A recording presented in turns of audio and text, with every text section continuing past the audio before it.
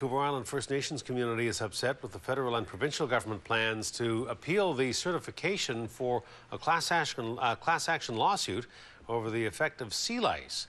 The lawsuit is aimed at the Ministry of Agriculture and it seeks compensation for the depletion of wild salmon stocks in the Broughton Archipelago.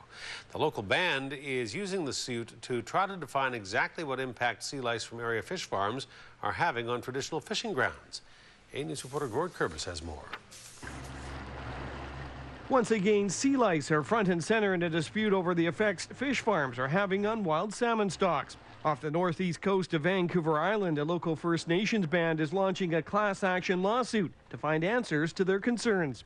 We're looking to establish and quantify this exactly what is the level of impact from fish farms on the wild salmon stocks in the Broughton Archipelago. And in doing so, we can then turn and hold the government accountable to make restitution for that impact. The Kwichsutaineuk Ah-Kwa-Mish band began their actions more than a year ago, believing fish farms are having a negative impact on wild salmon, and the government has its priorities wrong. Our government's losing sight of the economic engine that commercial salmon fishing represents in British Columbia and only focusing on fish farms. That's really a sad state of affairs. The provincial and federal governments have now submitted their intentions to appeal the ban certifications to launch its class action suit. The government has 30 days to clarify exactly what their objections are. And what this effectively does is stalls everything for a year. And the government is, they're just wizards at doing this. Delay, deny, distract.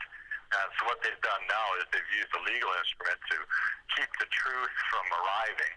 The association representing the BC salmon farming industry says it's unfortunate the legal action has reached this point.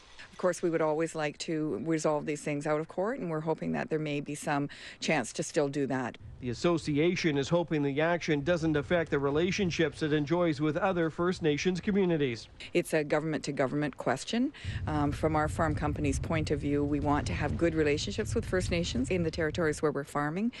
We work very closely with First Nations. We have a number of very good protocol agreements. The band says its next step may be to file their own judicial review on the matter. In Campbell River, Gord Kurbis, A News.